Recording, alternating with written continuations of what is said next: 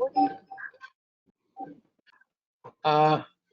morning, good afternoon, good evening to all of you.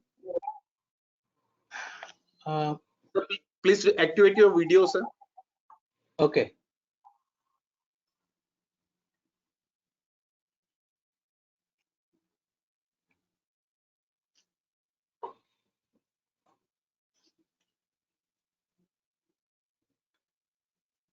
Yeah. Good morning, good afternoon, good evening to all of you who have gathered here today for the webinar on the history of litigation in the Truckee River Basin and hope for the future. This is an ICID webinar being organized under the under the overall presentation and participation of our working group MWSCD, and it's a very interesting webinar. We are very happy to have here with us Dr.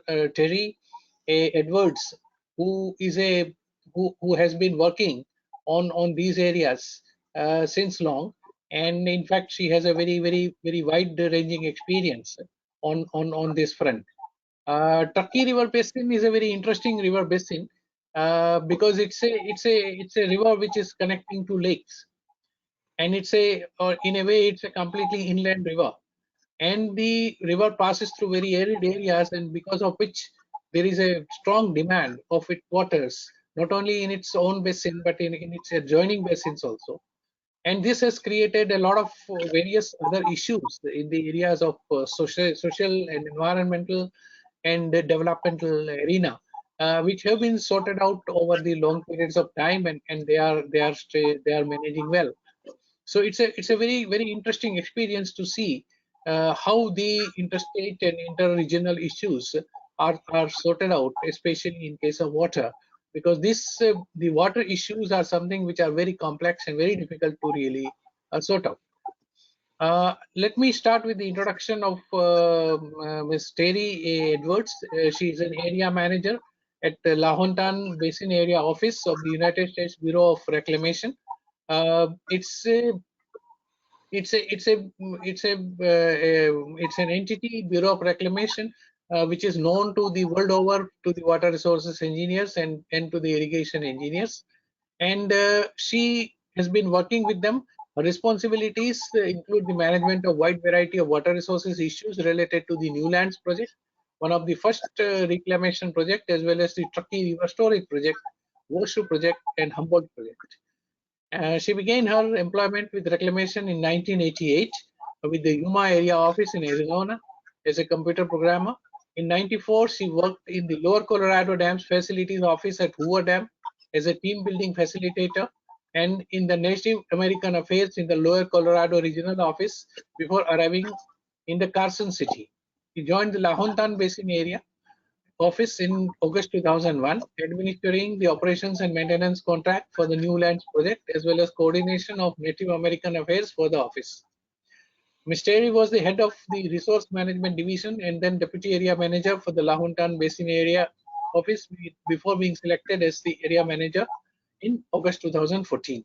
She graduated from the University of Arizona with the Bachelor of Science in Management Information Systems and a Master of Business Administration from Webster University. It will be very interesting to listen from her about the experiences that she has in the areas of interstate water distribution in respect of Truckee River Basin. So now I will hand over the presentation to Ms. Terri Edwards for the further presentation of the matter. Thank you. Yeah, Ms. Terri, just wait a minute. Okay. We request all the audience to send their questions, if any, through question box, and so that we can answer the questions at the end of the presentation. And at the end, and you may raise hand also if you have any questions, so that if time permits, then we'll allow some of the speakers who have raised, audience who have raised hand to discuss in person through, and we'll unmute them to raise the questions and then for discussion. Thank you. Now, Mr. Terri, you can go ahead. Great. Thank you very much. So today, I want to spend our time talking really about two river systems, even though we're focusing on the Truckee Basin. But those two river systems and how efforts to divide the waters of these rivers has brought us to today. So in the early 1900s, the United States decided to increase its national effort to settle in the western states. So water was scarce in those states, and without water, those states couldn't flourish. So in 1902, Congress passed the Reclamation Act. And that resulted in my organization, the Bureau of Reclamation, being created. And it was created to reclaim the arid West. So the concept was to create a revolving fund of money from land sales in the West. And that money could then be used to build irrigation projects. And the project farmers would repay the cost of the construction, replenish the reclamation fund, and that would be invested in future projects. So there were 5 original projects identified in 1902, and one of those was the Truckee Carson Project, which is now known as the Newlands Project, and that's in Nevada. So the Newlands Project envisioned developing lands in the Carson and Truckee River basins, but augmenting the Carson lands with water from the Truckee River. So a diversion dam, Derby Dam, and it actually is labeled specification number 1 for reclamation, and a 31-mile long canal, the Truckee Canal, were designed and built and completed in 1905. And with this construction began what many would call the battle to divide the waters. So we're going to talk about the history of the litigation that's brought us to where we are today, and the action that kicked up, all the action that kicked off as a result of that litigation and the settlements that came from it. And following that, I'm going to spend the bulk of the time talking about 2 of the solutions that have resulted from over 100 years of conflict. So the Newlands Project Operating Criteria and Procedures regulates diversions from the Truckee River to the Carson River, and it's been in place since 1997. And then the Truckee River Operating Agreement took almost 30 years to negotiate, took 7 years to implement, and it's been fully operational for the last 5 years. And then I'd like to conclude with what the future might look like. So let's get oriented first. So here you can see California. Let me switch to a laser pointer here.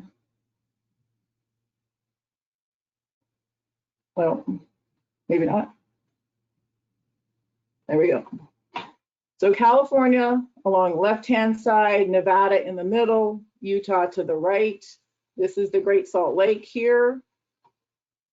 And we're looking primarily on the border between California and Nevada. And there are 3 major water basins. There's the Walker River Basin, the Carson Basin, and then the Truckee Basin. So we're going to focus in on the Carson and Truckee basins. So the Truckee River starts in Lake Tahoe, and there's a little small dam, Tahoe Dam, right at the rim of the lake. Then the river comes around. There are 2 private reservoirs, Independence and Donner Reservoir. And then there are 4, in addition to Tahoe Dam, 4 federal reservoirs, Prosser, Stampede, Boca, and Martis. Martis, though, is only a flood control dam and isn't used for storage. So the river continues on around. It goes through the towns of Reno and Sparks here, on down to Derby Dam, where water gets diverted into the Newlands Project, and the river continues on down to Pyramid Lake in the Pyramid Lake Indian Reservation. And Marble Bluff Dam is also a federal dam, but its purpose is to stop the head cutting that was happening in the river. And then it has a fish elevator to take fish from the lake back into the river. On the Carson River, there's not a whole lot of storage upstream on the Carson River. There's some minor amounts. The major storage is at Lahontan. Lahontan Dam is a federal dam, and it's the storage that it has is the main source of water for the Newlands Project in this area. All of this green here and this green here are the Newlands Project.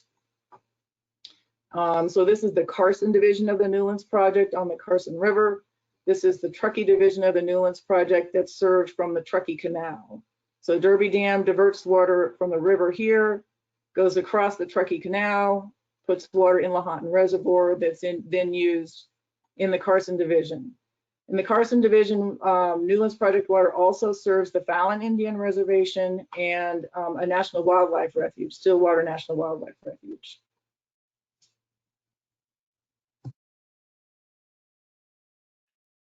Well, so you can see from that map, let me go back. Sorry. You can see from the map here, with this division of water, it creates the ideal scenario for conflict. And so it created conflict between irrigators and the tribe. And the animosity that's been developed basically over the last 100 years has not waned. There is still a major amount of animosity between irrigators and the Pyramid tribe. So it all started though back in basically 1902. The first litigation was about the waters of Lake Tahoe and the dam that controls the Truckee River. So here's a picture of one of the original crib dams on the Truckee River, or at Tahoe on the Truckee River.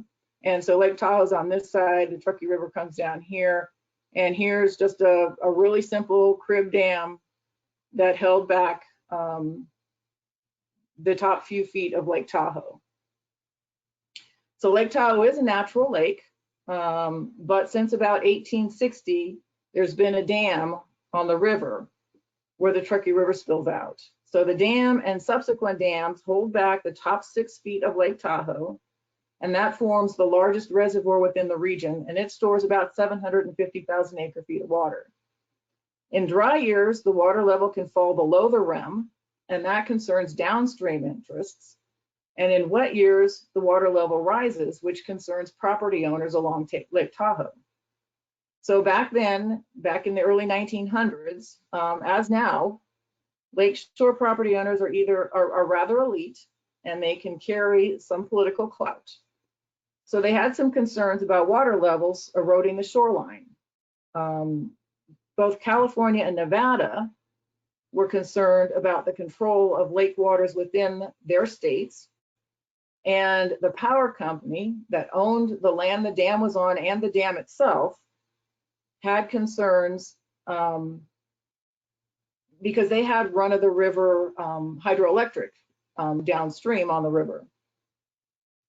So in 1902, Reclamation claimed rights to storage, water rights in Lake Tahoe for the Newlands Project. And although Reclamation claimed rights for the Newlands Project, the water reliability could still be a question if Reclamation didn't control the dam. So in 1903, Reclamation started discussions with the power company, and it was called the Truckee River General Electric Company, to gain control of the dam. And in 1909, Reclamation and the power company started reconstructing the old dam. And in 1912, a severe drought occurred. And drought, as always, exacerbated the tension between all the parties, and the Ore Ditch case was started. Now that case would ultimately result in the Ore Ditch Decree, which we're going to talk about a little bit later. In the meantime, in 1915, Reclamation and the power company came to an agreement, and the Truckee River General Electric Decree was finalized. So this gave Reclamation a perpetual easement to the land the dam was on and control of the dam.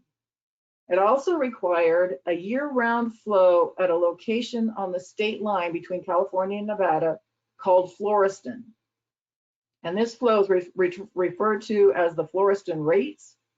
It was the first attempt to regulate the river. And Fluorescent Rates are still in effect today. So the next thing to come along was the Truckee River Agreement. So leading up to the Truckee River General Electric Decree that we just talked about, lakeshore property owners were concerned about high lake levels eroding their property. In the 1920s, a series of drought years occurred, especially 1928 to 1934. It's some of the driest years on record. And that changed the lakeshore property owners' concerns to low lake levels, because now downstream interests wanted to either cut through the rim of the lake to allow more water out or pump water over the rim. And the picture that you see here is a system that was used to pump water over the rim of the lake and put it in the river. So the Truckee River Agreement was negotiated, and the major parties were the lakeshore property owners, the irrigators in the Reno area, Newlands Project irrigators, the power company, the two states, California and Nevada, and the federal government. So this agreement confirmed Fluorescent Rates. So between 300 and 500 CFS has to reach the state line, depending on the elevation of Lake Tahoe and the season of the year. So this alleviated the power company's concerns because they could generate power with their run-of-the-river plants. It also provided for releases from Tahoe to prevent high water damage using forecasts from snow surveys, and to operate the dam not to exceed a specified surface water elevation in the lake. And it set conditions for when pumping at Tahoe could be done. So this alleviated the property owners' concerns. Then it required the construction of a new federal reservoir to help the needs of the Reno area irrigators. And this reservoir is now Boca Dam. Then it also created the concept and a definition for privately owned stored water. And this is water held in Independence and Donner Lakes, those privately owned reservoirs. And it's now owned by the Truckee Meadows Water Authority, which is now, which is the successor of the power company, and they are the purveyor of water in Reno and Sparks. So the next big effort was the Ore-Ditch Decree. So about 30 years after filing the Ore-Ditch litigation, the Ore-Ditch Decree was finalized, and it incorporates the Truckee River Agreement. So the decree established individual water rights, the amount of use, the place of use, and the priority of use. And then the Truckee River Agreement provides the framework for operating the river to meet those rights, primarily meeting those Fluorescent Rates at the state line. So of note, though, in this decree, the decree established rights for the Pyramid Lake Indian Reservation with a priority date of 1859. They are the senior rights on the river. It also established a diversion right for the Newlands Project at Derby Dam of up to 1,500 CFS in the name of the United States. What it did not do, it did not establish an interstate allocation between California and Nevada, so it left the states in limbo. But, so the decree is great, we're moving on, but then in the 60s and 70s, a myriad of lawsuits are filed, and it's surrounding the beginning of the Endangered Species Act. There are two threatened endangered species in Pyramid Lake. Both fish species, the kiwi and the Lahontan cutthroat trout. They are both sacred to the Pyramid tribe. And in 1967, the kiwi was listed as endangered. And the Lahontan cutthroat trout followed after that. So the Pyramid tribe sued the United States in what we commonly call Pyramid v. Morton. And Pyramid v. Morton is based on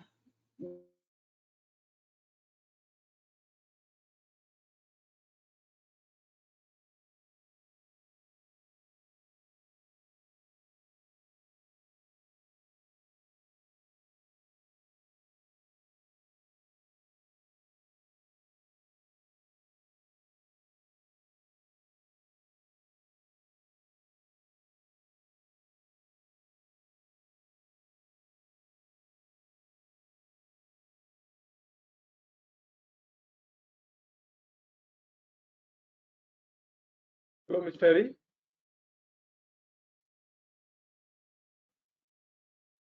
Connection, I think her connection got disconnected. Yeah. We'll have to wait for 1 or 2 minutes so that she can establish connection again.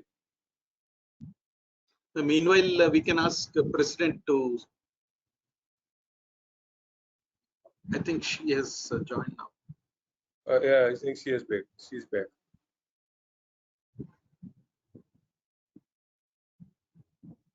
Now she is offline right now.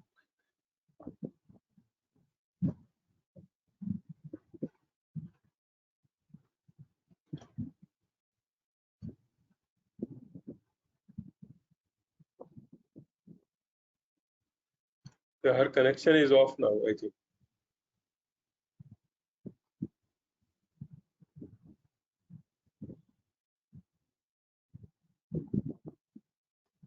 Miss Terri? I think still showing offline. Can we ask someone to start speaking so that President Raghav?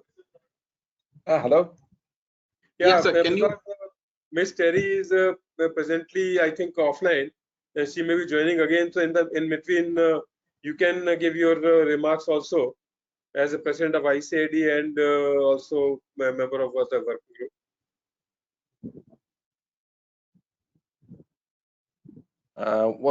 What sort of remarks on the presentation as such, or the issue of a presentation as such, as or some general remarks on the webinar and ICID till she joins back.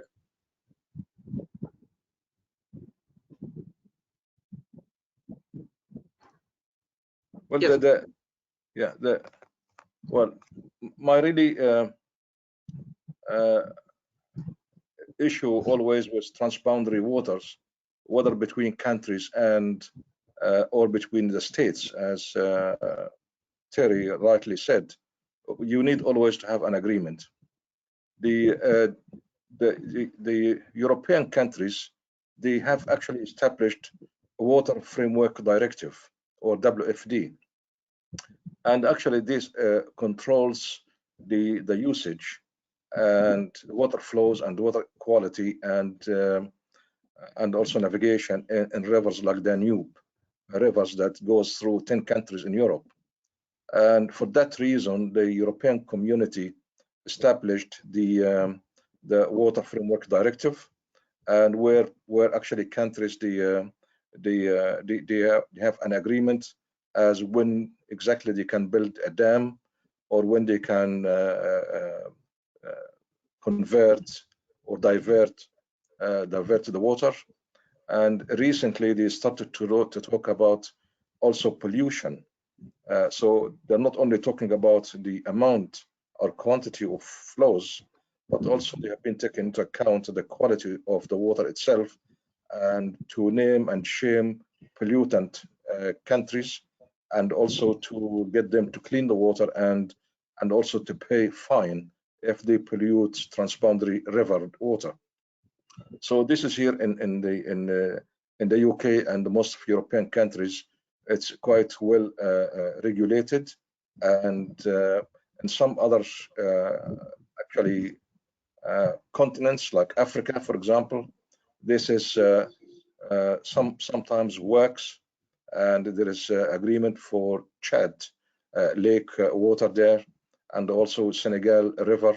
There is also transboundary agreement, and Egypt, Sudan, Ethiopia currently trying also to have an agreement for the Nile River, especially after the Renaissance Dam built by Ethiopia, which would affect the flow to Sudan and Egypt. And I think nowadays there are some negotiations going on to establish some sort of agreements related to filling the dam, which just recently built, or at 80% of its completion.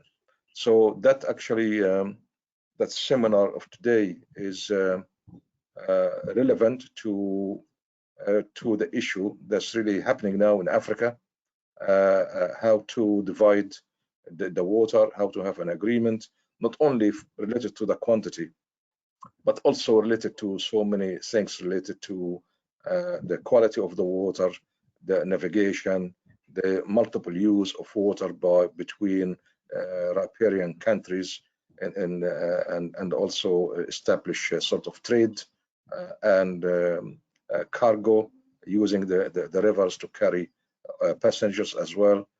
So that actually talk of today is very relevant, and really hopefully some African countries would benefit from the talk of today, and they follow really the principles that has been used today for the shared river here in that talk.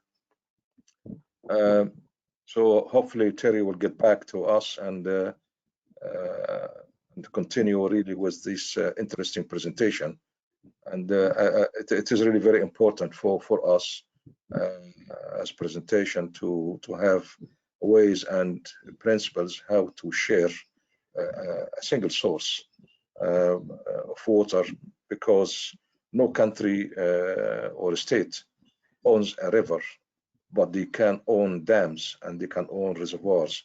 But usually rivers are not really owned by a certain country or certain state. It is really a common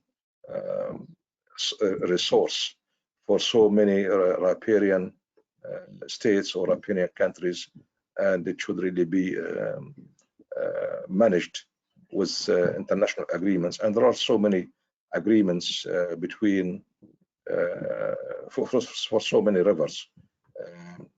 I just made an example about the Danube River in Europe, which is really a good comprehensive agreement between 10 countries. So with that, really, I'm glad that Terri now is back, and I will stop here, and I will let her to carry on. Thank you. Sorry about that. Where did we get to?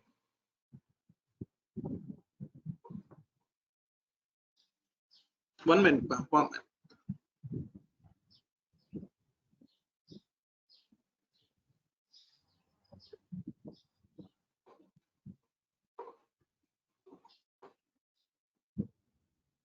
Please accept the presenter request.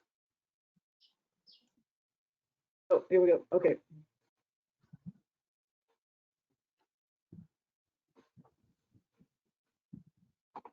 Yeah, that's okay.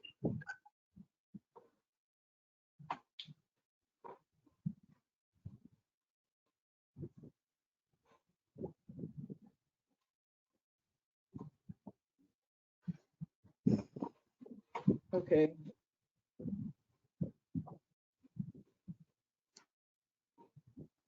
So were you all able to hear Nevada versus the United States?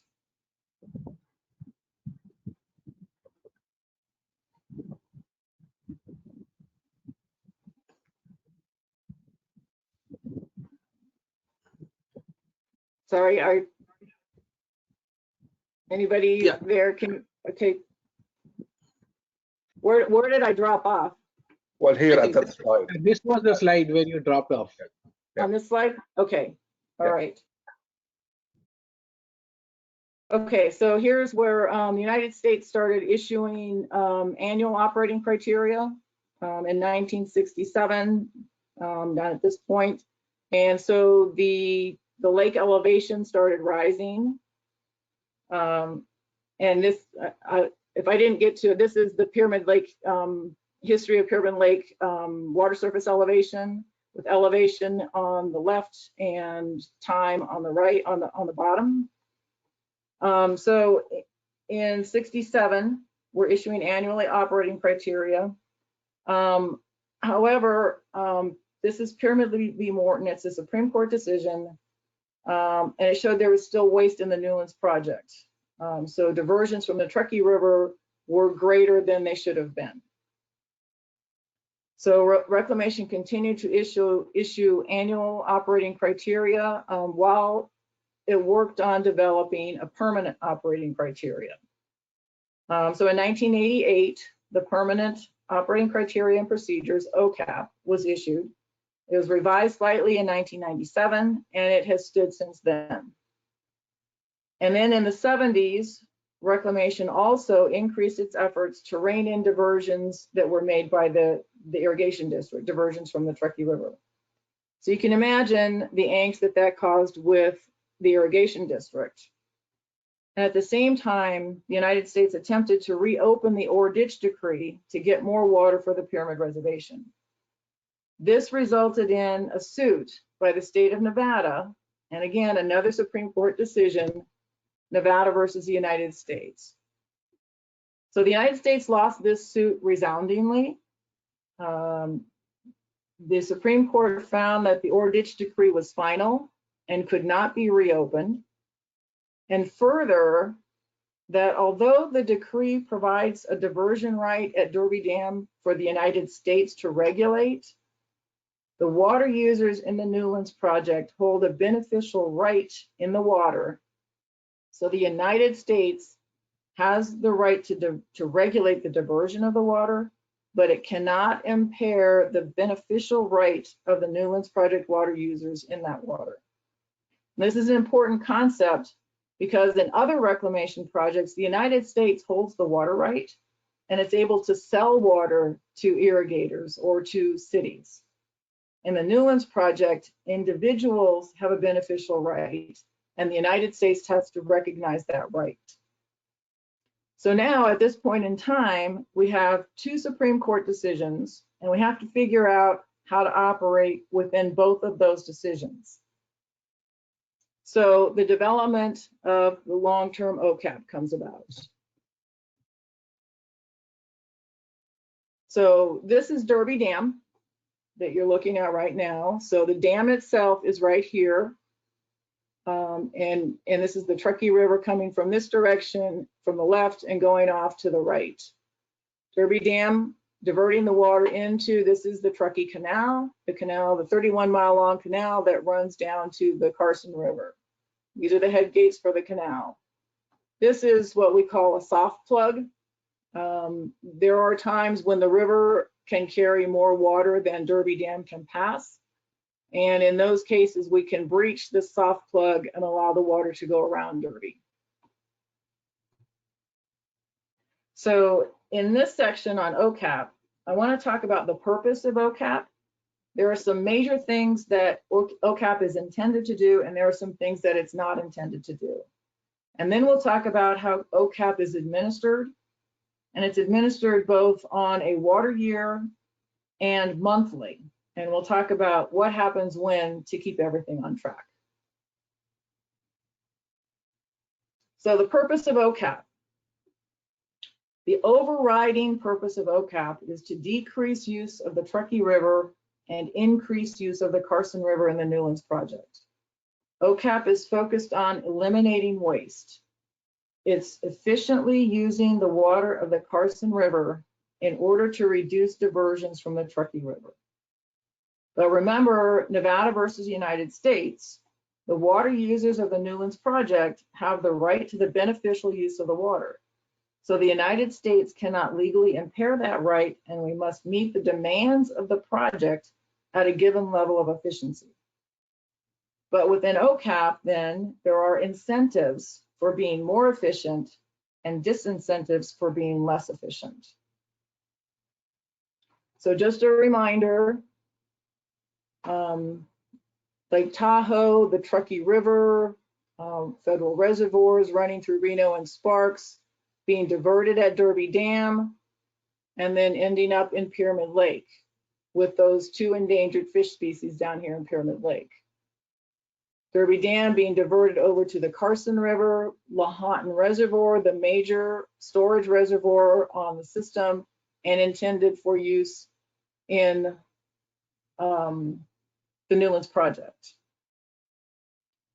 So Ocap focuses on this diversion at Derby Dam and the efficient distribution and use of water within the Newlands Project. So before we get to Ocap administration though, I want to give you the basics of how Ocap works. So because we have these two river systems, And we have to figure out when supplemental water from the Truckee River is needed and how much supplemental water is needed, because we can't divert any more than what the demand requires. So we use Lahontan Reservoir as a proxy for the demand in the Carson division of the Newlands Project. So Lahontan Reservoir and the level of Lahontan Reservoir serves as a proxy for the demand for this part of the project. So this is a typical graph of what we look at. We set storage targets. So the storage targets are monthly targets, and you can see the stair stepping along here. These are the monthly targets for storage in Lahontan. This is the volume of storage on the y-axis and time again on the x-axis.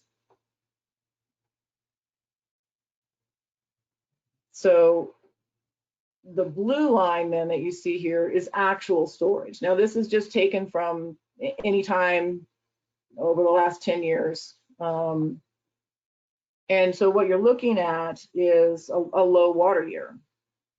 The storage targets were not met the entire year on this blue line. If storage targets had been met, this blue line would be following along the edge, the right-hand edge of each one of these stair steps. And then you would be meeting storage targets. And by meeting storage targets, you're meeting the demand of the Carson division. So how do we know when and how much water to divert from the Truckee? So there are four main processes in Ocap. The first one is what we call the MAD. It's the maximum allowable diversion. The MAD is developed in March of each year. It's an annual recalculation of the water that's needed to serve the project. It includes all anticipated diversions into the project, and that includes diversions from the Truckee River over to Lahontan and releases from Lahontan into the project. So it's all the water that will be used in the project. And the MAD is the upper limit for the amount of water that will be used. It's calculated by taking the acres that are anticipated to be irrigated. Remember, this is pre-season, so it's anticipated to be irrigated, times the water duty that's associated with those acres, and then divide that by a given expected efficiency within the Newlands project.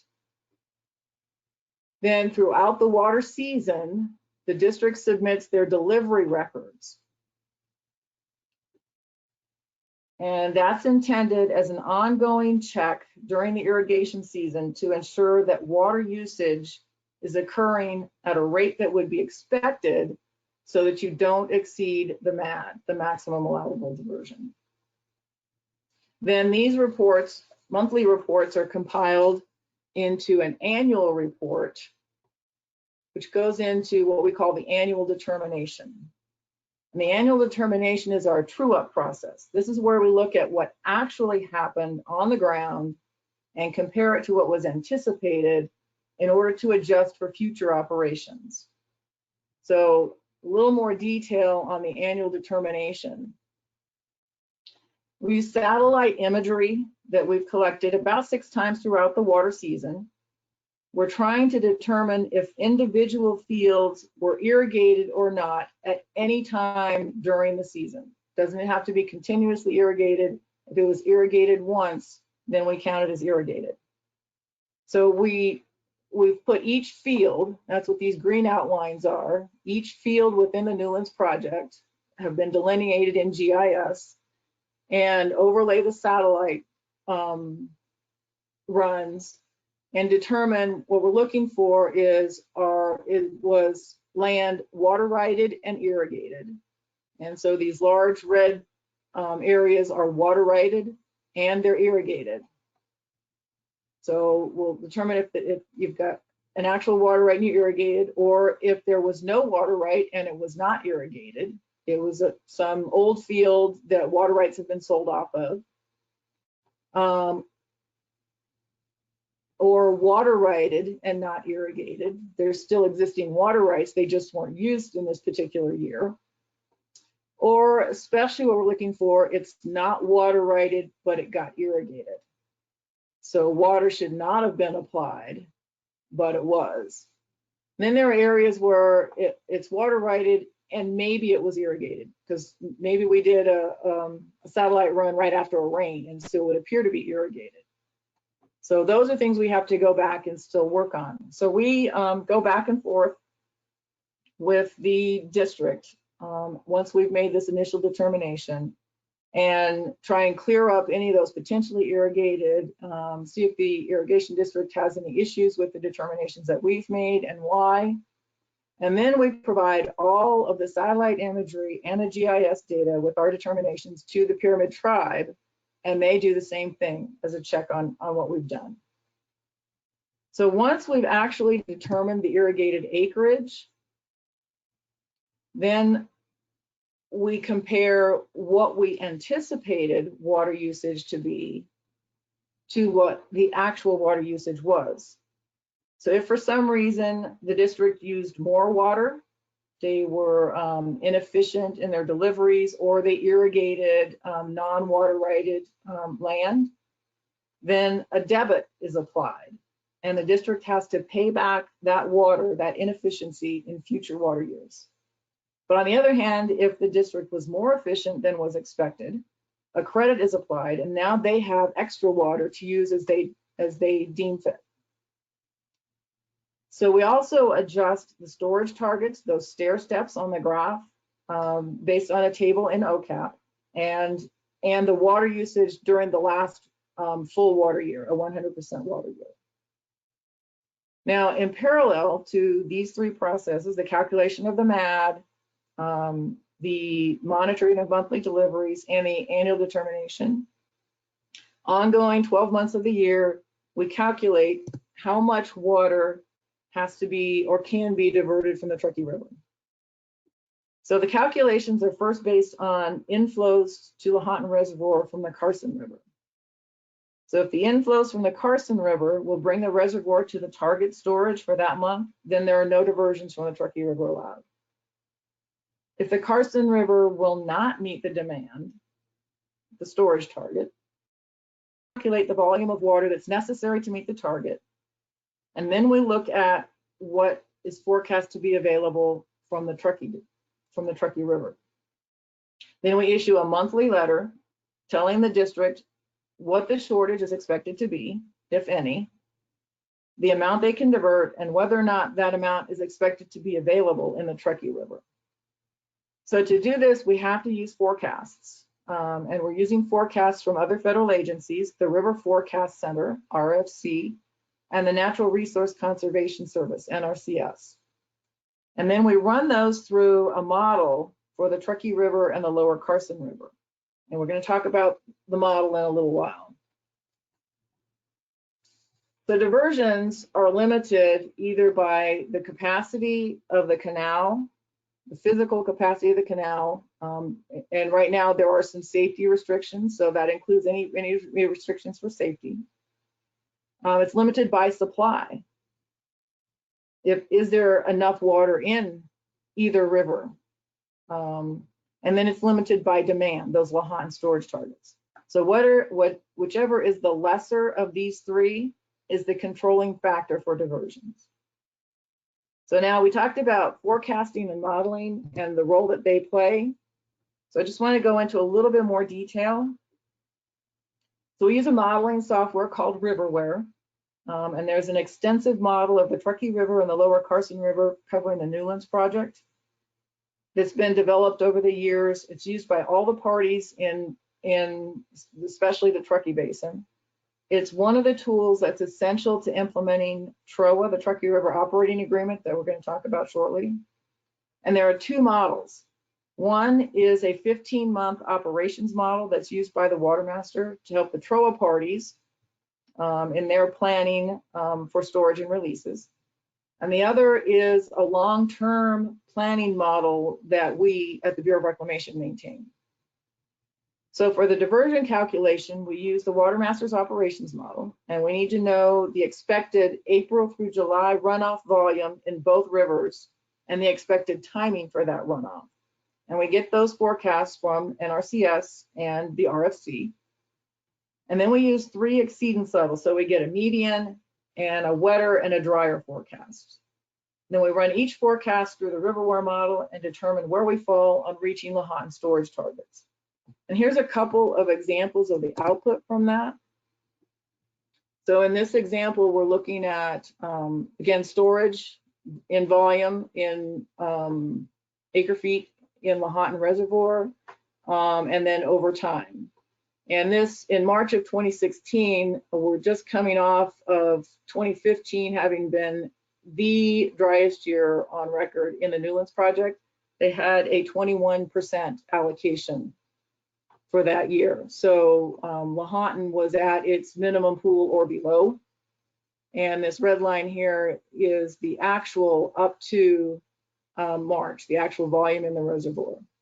So in March, we had our forecasts. If it were to be on the wetter side, it looked like, we're going to eventually get up to meeting storage targets, and then we'll meet them through most of the season. Our median forecast in black here, it won't quite get to meeting storage targets, but we're doing pretty good. And then our drier forecast in the red, where we never meet storage targets the entire time. So, and then that would mean including the Carson and the Truckee River diversions for all of these. So, but if you use the median value, it looked like the allocation should be about 86%, which is not too bad. So what really happened, though, this is what really happened that year. It turned out it was drier than our drier forecast, and never met storage targets, and once again got down to minimum pool in Lahontan Reservoir. I think the allocation was 44%. So you can see diversion calculations are based a lot on trying to forecast the future, trying to read the crystal ball. And sometimes you're right, and sometimes you are not right. But with Ocap, you adjust each month or even mid-month. And so you can react relatively quickly if our predictions aren't true. So if we had been a little bit closer to meeting storage targets, maybe through our monthly calculations, maybe we would have gotten there. So just to wrap up our discussion on Ocap, here's our processes again. So Ocap came about, remember, as a result of those declines in the level of Pyramid Lake and the endangerment of 2 fish species known only to Pyramid Lake. It's aimed at eliminating waste in the Newlands Project. It focuses on meeting the demands of the project and nothing more to be diverted. It looks to meet those demands first from the Carson River, with the Truckee River only as a supplemental supply. So Ocap requires that the federal government, through the Bureau of Reclamation, determine the monthly volume that can be diverted, monitor the water usage and efficiency throughout the year, and complete an annual determination of how the irrigation season actually went. And the annual determination is used to calculate the overall level of efficiency in the project and provides incentives and disincentives for meeting or not meeting that level of efficiency, and then resets the storage targets for the upcoming years. So we now move on to Troa in the Truckee River Operating Agreement. So in 1990, Public Law 101-618 was passed, and it required a new operating agreement for the Truckee River. And this was part of the law. The part of the law that required this was entitled the Truckee Carson Pyramid Lake Water Rights Settlement Act. So it's a lot of time referred to as just the Settlement Act. So the major parties in the Truckee Basin, and this is important with this piece of legislation, they recognized that there is no more water in the basin, and changes in use will have to come from reallocation of existing water or water rights, or from changes in the management of that water and water rights. So with this in mind, that's why 101-618 requires the negotiation of a new operating agreement. And that operating agreement became Troa, the Truckee River Operating Agreement. And the picture you're looking at here is a picture of Tahoe Dam as it looks this past winter. On the left-hand side, you're seeing Lake Tahoe with water running through the dam and down into the Truckee River from here.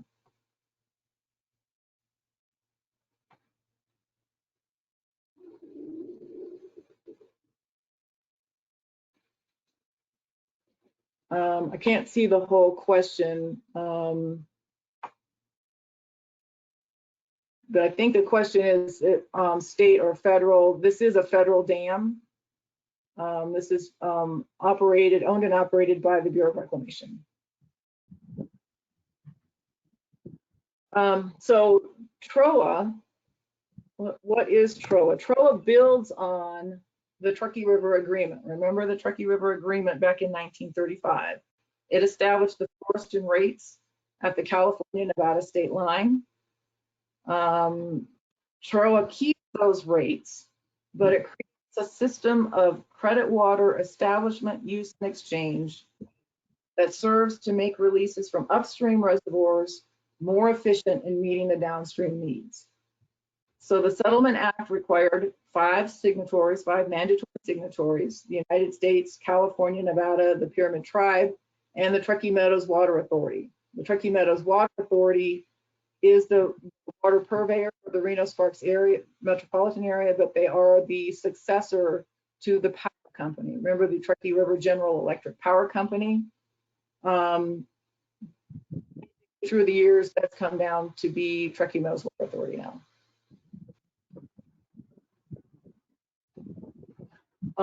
So just to get us oriented one more time, Carson River, Newlands Project,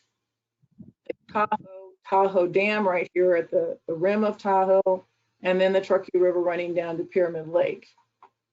All these federal reservoirs and the 2 privately owned reservoirs are really what Troa is focusing on. How do we efficiently manage water storage to efficiently meet downstream needs?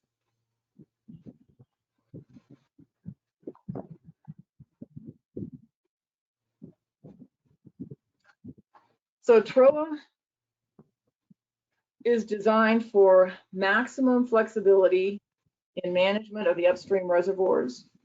So it allows for any Troa party to store water in any reservoir and exchange that water between the reservoirs. And that's all done with the system of credit water. And you can see different types of credit water are listed here, and we're going to talk about each one of those later.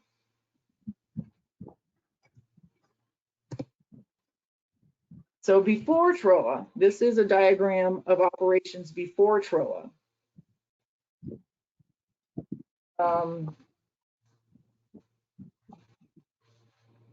The Fluorescent Rates, remember we still got Fluorescent Rates in effect. Those Fluorescent Rates must be met at the state line. So to do that, you can do that through runoff, just natural snow melt and rain runoff. If that meets the Fluorescent Rates, that's great. Or you can augment it with releases from storage. But you must meet the Fluorescent Rates. So with Troa, now we have the ability to adjust those Fluorescent Rates. So if you're looking downstream, any water user downstream, you say, well, I don't really need my water at this moment. So I want to store that water in one of those upstream reservoirs as credit water. And that's the red here, the credit water. So I'm not going to release it. I don't have to then meet that portion of Fluorescent Rates because I decided I'm going to store my water upstream. Then a month, a year later, I decide, okay, well now I need that water. I have a demand for that water.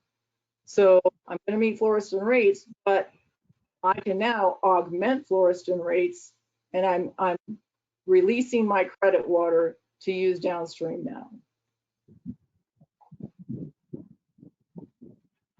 So now let's take a different look, or a more detailed look at credit water.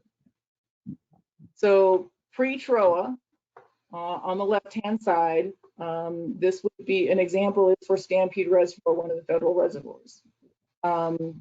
Those federal reservoirs, Stampede and Prosser Reservoir, were required to store water for the purposes of fish, for those endangered species in Pyramid Lake. On top of it, we had a storage agreement with Truckee Mountains Water Authority where they could store a little bit of water. And then as part of Ocap, the Newlands Project could store a little bit of water.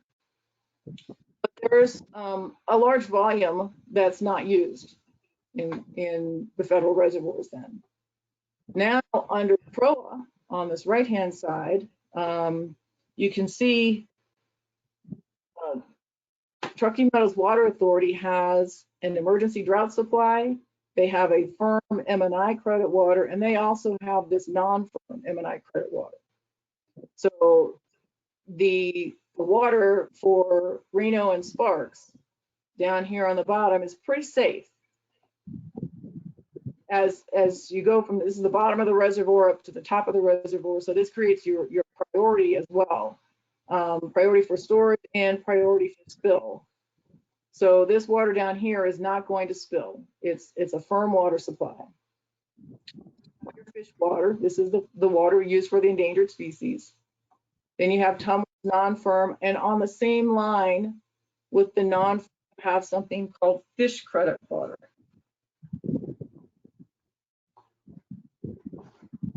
So fish credit water is created by holding back some of the fish water that would have been released, or by conversion of some of the other credit waters if they aren't needed. For example, if Tumwa has over a certain amount of non-firm credit water stored and it's not a drought year, then that additional non-firm credit water is converted to fish credit water. And this is the innovation of Troa. Remember, there at the beginning with the legislation, there was a recognition there is no more water in the basin. So this system of credit water is a method to reallocate existing water without changing existing water rights. So it was Tumwa's water for Tumwa to store, but now it's not needed. It gets converted to fish credit water. So above that, you can see next in priority are these four: California Water, Environmental, and M&I.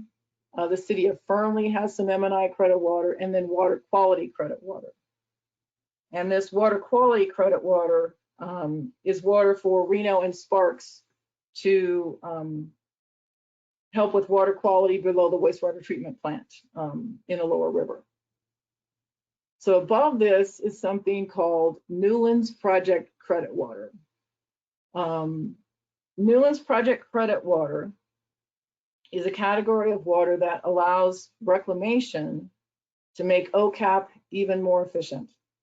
So from October to say March, you usually don't know what the weather's going to bring. You don't know how much snow is going to come, so you can't predict what the water year will look like.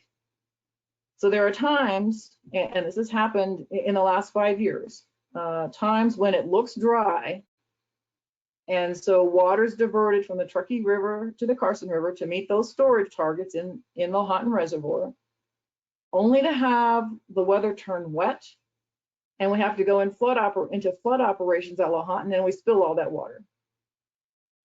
So Newlands Project credit water is designed to allow us to store water during what we call the blind corner, from like October to March, when you don't know what's going to happen. And once we know what the water year is going to look like, then we can either release it for diversion to the Newlands Project if it's a drier year, or convert it to fish credit water if it's a wet year.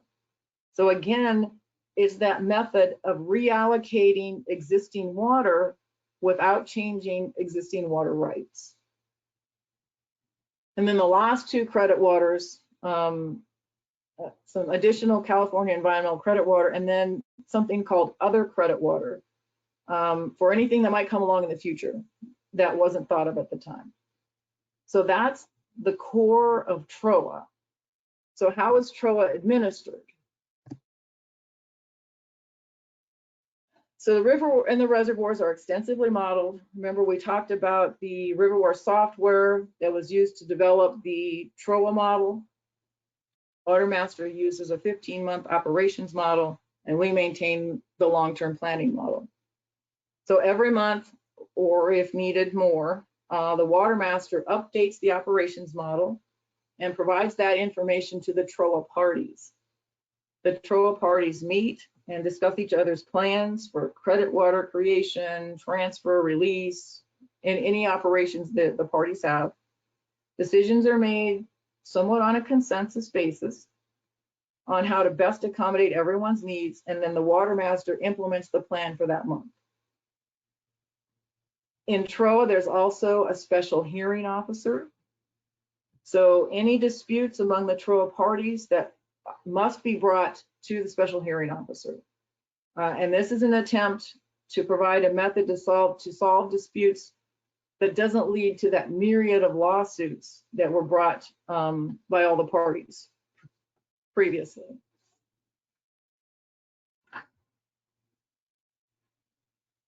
So Troa fixes all the things that the parties had lawsuits about.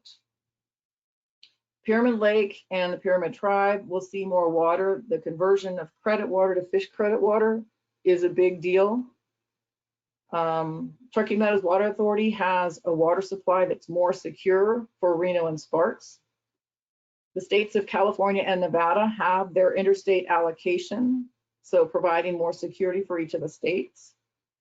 The Truckee River below Reno and Sparks has dedicated water quality improvement for water quality improvement. The reservoirs could be at higher levels for recreation or for longer periods of time. And the river is managed as one system, not a set of different reservoirs with specified focus purposes. And what Troa did not do, it did not interfere with water rights. The ore ditch decree is intact and no water rights were changed, just the management of that water. There was no need to change any state laws. It didn't create any new appropriations of water. It didn't change any flood control requirements, and it didn't require any new facilities. So just to conclude, here's the list of major actions that have occurred over the last 100 to 120 years. And if you look at it, it seems to take about 30 years for any major action in the system to occur. The Truckee River General Electric Decree only took about 15 years, but it didn't involve everyone in the system and only partially solved the issues of the day. The Ore Ditch Decree from 1913 to 1944.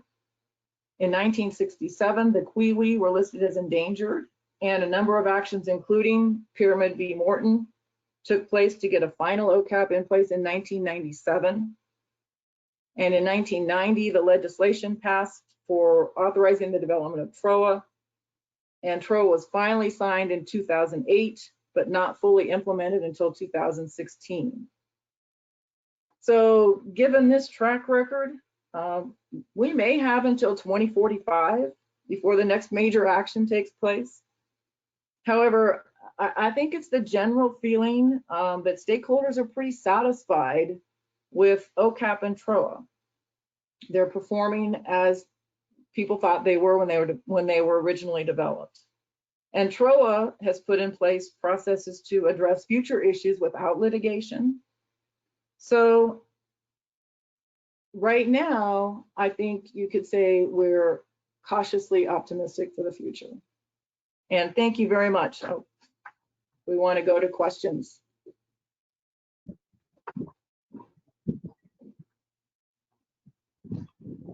Vermaji, can you please? Yeah, I'm doing. Thank you, Ms. Terri, for this wonderful presentation and giving information on the agreements and operation of Truckee, Carson, and another river system and areas. There are only two questions are there from the same person, Mr. Muhammad Adnan Muhammad Noor. He has asked who has the constitutional authority over water, state or federal? Oh, waters are managed by the states. Okay. And so And then, yeah, the next question by Mr. Noor is the agreement is based on data, information and results of calculations. How did you get everyone to agree to the results? Agreeing to this by all parties is fundamental before the negotiations continue in formulating the detailed agreement.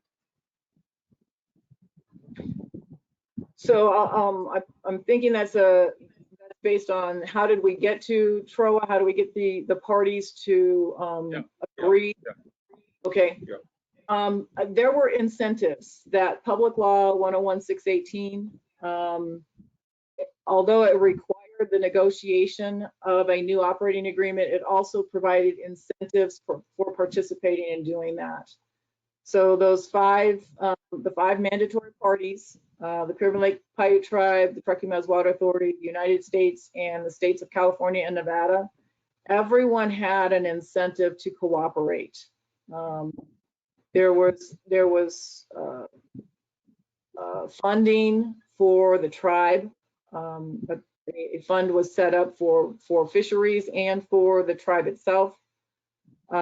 California and Nevada really wanted that interstate allocation. They'd wanted that since the early 1900s.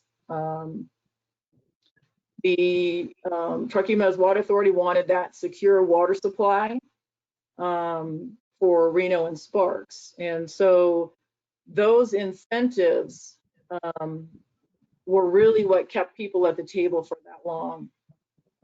Part of the implementation of Troa, the reason it took 7 years to implement is because it also required that all the parties drop their litigation. And so once Troa was signed in 2008, everyone agreed this is how we want to operate. But then all the court cases had to be dropped before Troa could be implemented. So that was another incentive, is let's get out of court and see if we can't sit down and just work together. Thank you. Two persons have raised the hand. Before we give them speaking rights, I'll request Dr. Frank Dimick for his remarks or his if he want to say something.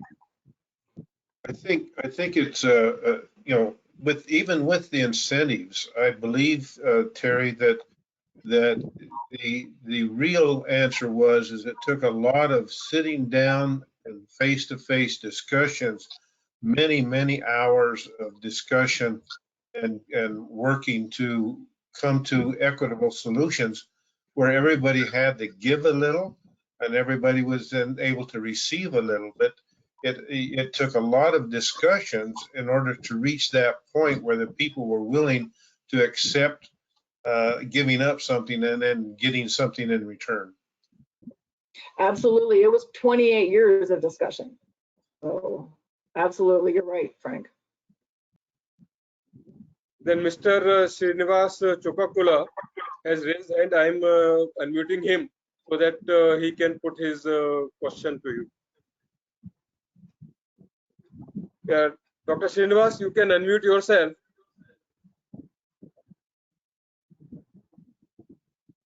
I guess now. You can hear me now? Yeah, we can hear you. Okay. Thanks. That's really fascinating presentation. And some of us who are looking closely at Indian interstate water sharing issues, there's plenty of relevance to what want to understand from the Indian context.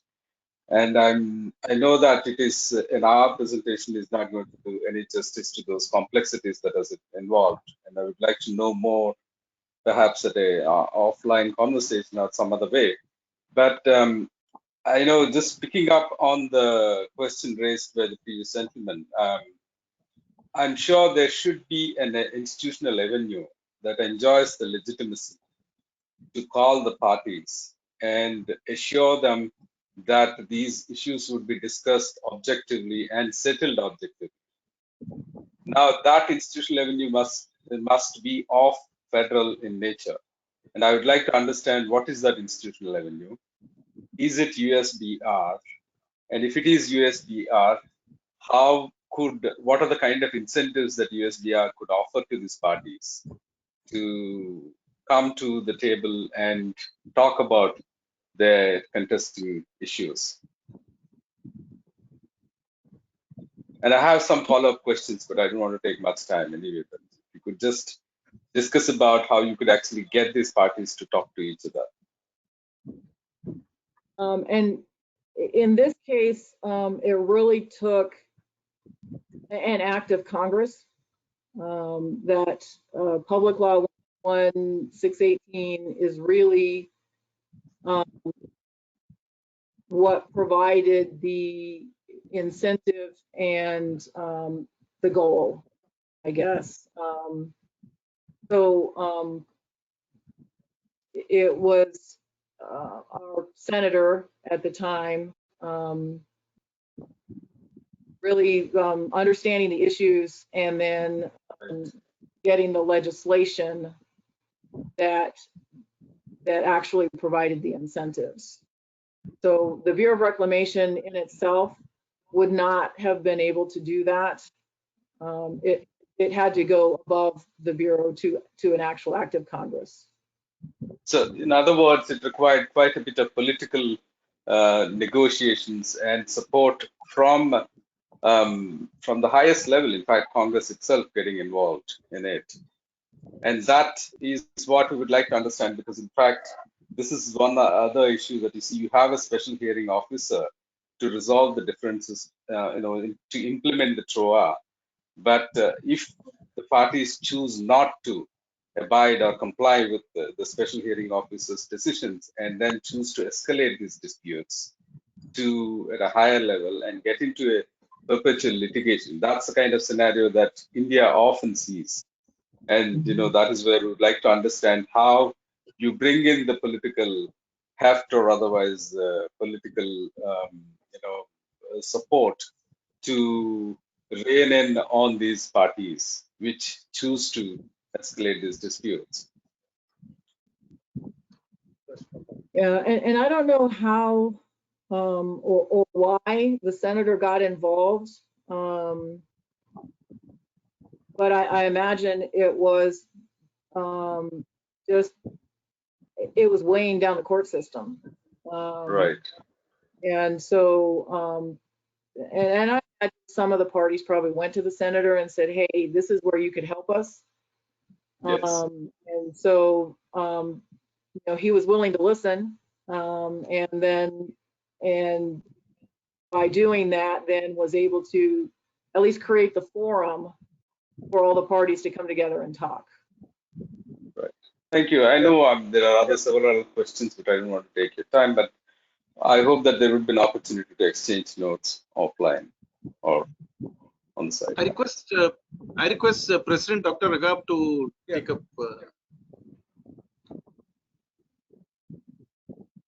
Sir, please.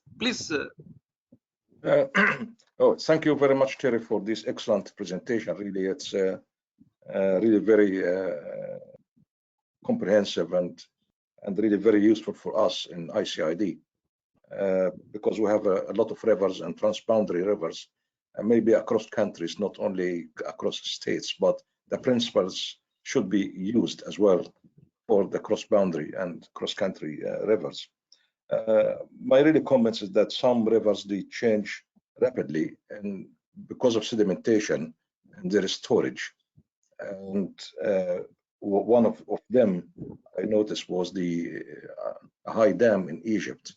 The really sedimentation has been reducing the storage capacity since it was built in the 60s, and how actually that would be reflected in the sharing among users.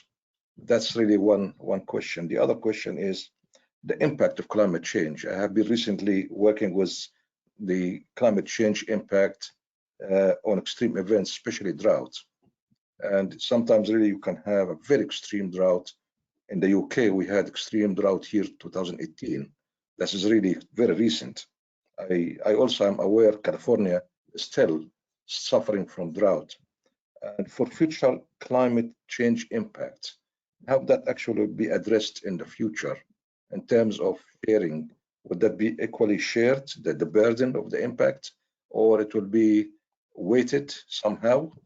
The other thing also, I have been involved in a project in Coveri Basin in India, where some intervention, human interventions takes place. And that intervention could be simple reservoirs built by number of farmers.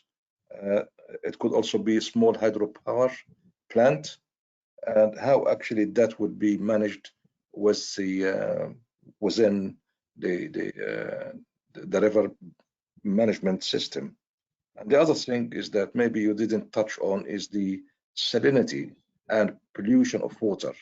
Maybe the focus was on the quantity, not on the quality. But here in Europe, we have Water Framework Directive, WFD, that if you take the Danube River that goes through 10 countries in Europe, and they look at the pollutants level, and there are rules, for example, the nitrate shouldn't exceed 50 milligram per liter, and they have monitoring system, and they can identify the pollutant and name and shame and even pay penalty if necessary.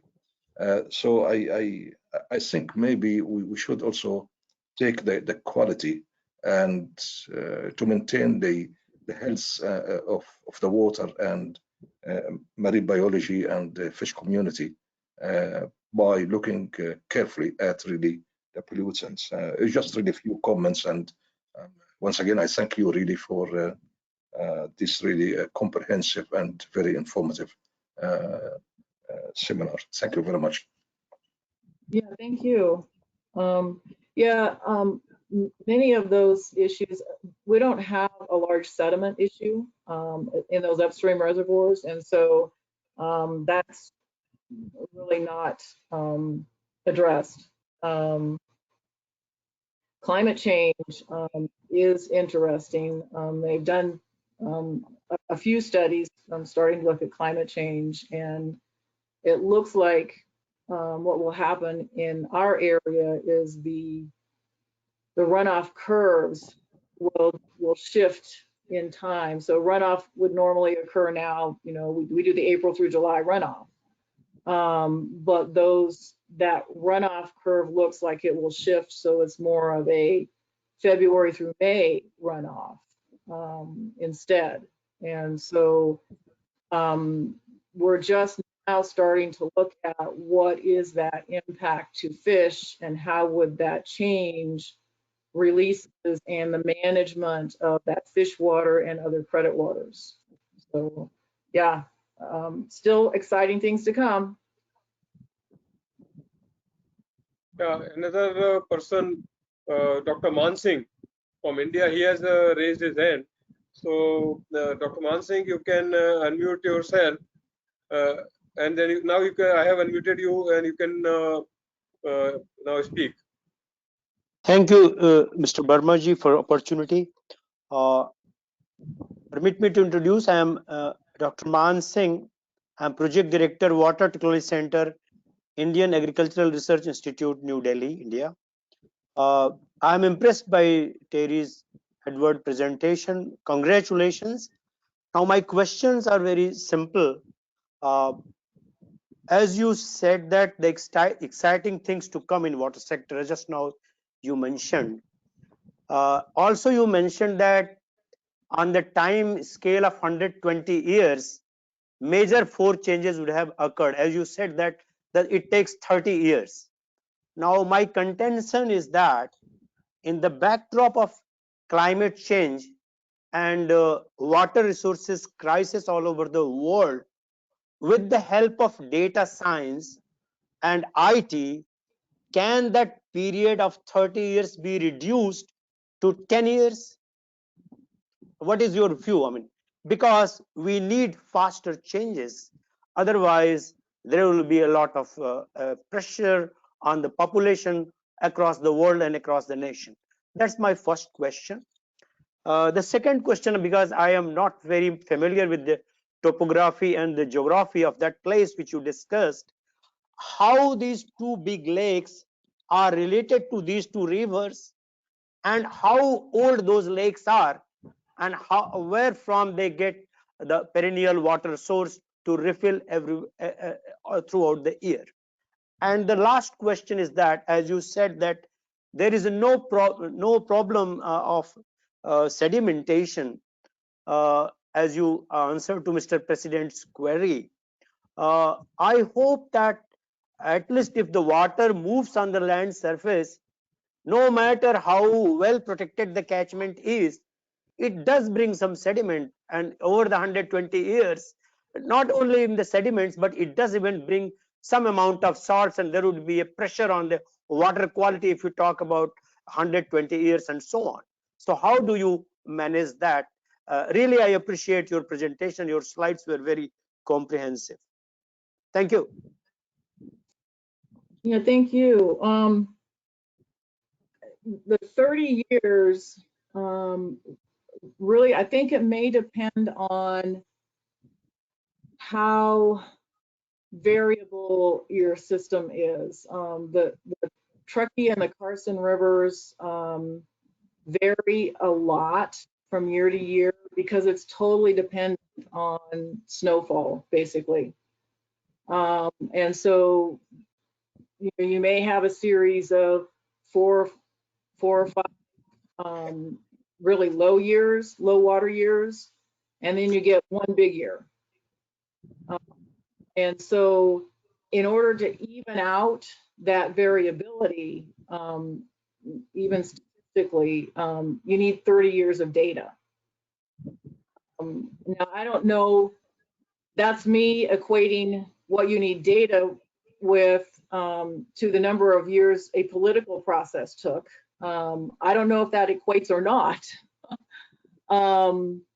but it's just an interesting coincidence if it doesn't.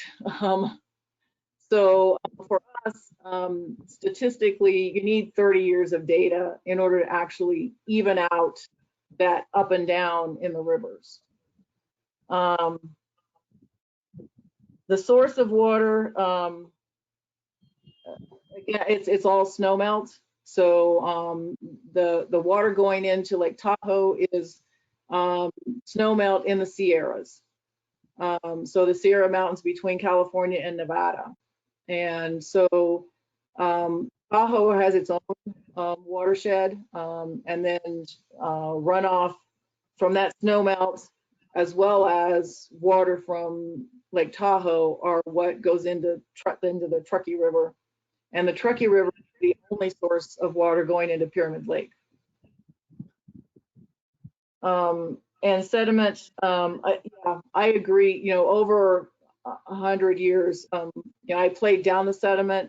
There's not a lot of sediment, but yes, definitely over the years you're going to have something happen. At Lahontan on the Carson River, there's a bit more sediment coming in there because you don't have any upstream reservoirs, and that sediment is actually laced with mercury because this was a large mining area, and so mercury runoff into the Carson River is a real problem. It's actually a national pollution Superfund site. So when we look at Lahontan Reservoir has lost storage. It's lost probably about 30,000 acre feet in the last 100 years. And we have started to look at, can we dredge that? And we certainly could, but the mercury problem is something that has to be overcome in order to do that. If the mercury wasn't there, we may have already dredged to get that capacity back. But with the mercury problem, we've got to do some studying on that first. Thank you, Ms. Terri, for your responses to the question. We don't have any more questions or raised hands. So if you agree, then we can conclude. Before that, I'll request Dr. Frank, if he has to say his closing remarks, or President Raghav, his any closing remarks. After that, then we'll close after that. I think that it's important also that about the 30 years, the evolution of what this has taken place. For example, the two dams that you talked about storing water now under Troa, Stampede and Boca, have both changed their purposes. Their original purposes were not for fish storage and were not for this Troa, but were for supplying additional irrigation water and municipal water for the cities. So consequently, the evolution of actually changing the purpose of storage of water in dams takes a long time for people to understand and to use, and then the changing purpose took place years ago. Now that the purpose has even changed again, where Troa actually uses the storage in those. So it is important to note that these long periods of time takes, the evolution takes a long period of time to get both the political forces and the user forces and and those concerned about the environment and so forth, get those all together, sitting at the table, working out a solution to say, hey, what can I get out of this, or what can I give up that's not going to be too serious for me? And that's what you've been talking about, this whole thing, is that this takes, why it takes so many years to accomplish. Yeah, Mr. Jepilcho, would you like to say something as a member of the working group? President Raghav, you have to unmute yourself. I would like to thank Frank as the chairman of the working group for organizing such really webinar, and I would like to thank really Terri for such excellent presentation. It's very important really to have the experience of the USA and really setting up that sort of protocols and agreements long time ago. I mean, this is really something that developed over time, and I hope some countries in the world would really benefit from that. I particularly paid attention to what you said, as rivers is to be managed as one system, not two. And it is very important. And the reason I'm saying that is because the current dispute between Sudan, Egypt, and Ethiopia about the River Nile and the new dam, Renaissance Dam, that Ethiopia built south of Sudan. And that should be maybe taking the knowledge that we have today. I hope someone was listening, so to benefit from how the river, even within one single country, is managed, because that could be also a good example, is that to share the benefit of really transboundary rivers like the River Nile. So I hope really that people will have in mind that rivers are not owned by a country, but perhaps the reservoirs and dams. But one river should be managed as one system, because it affects everyone from the source really all the way to downstream. So it was really very beneficial for ICID, because it's a multinational organization, and definitely there are some rivers will benefit for the presentation of today, and also to get in touch with you should they need really expert input to get an agreement and to share the water in a very really equitable and fair way. Thank you very much really for such excellent presentation of today. Thank you. Pandya sir, you wanted to say something? No, I would like to sincerely thank Ms. Terri Edwards about bringing out the role of modeling and role of sound data in the resolution of these kind of complicated disputes, because the way the storage has been managed and the allocations have been managed is something that that requires a very serious look by the people who are struggling with the water allocation amongst the competing parties in the scarce water scarcity regions. So thank you very much. I'm indeed grateful for having brought out such a nice topic today and presented it so well. Thank you. Okay, thank you, Pandya sir. In the end, I thank all the audience because they were patiently listening, and some of them raised questions also, which were answered by Ms. Terri. I thank President Raghav for coming and giving his views and supporting this webinar. I thank Dr. Frank Dimick and the other members of the working group. And then in the end, I thank Ms. Terri Edwards for a wonderful presentation. And thank you, everybody. Thanks. Bye. Bye, everybody. Thank you. Thank you. Thank you. Thank you very much. Bye-bye. Bye, sir. Bye. Take Bye. care.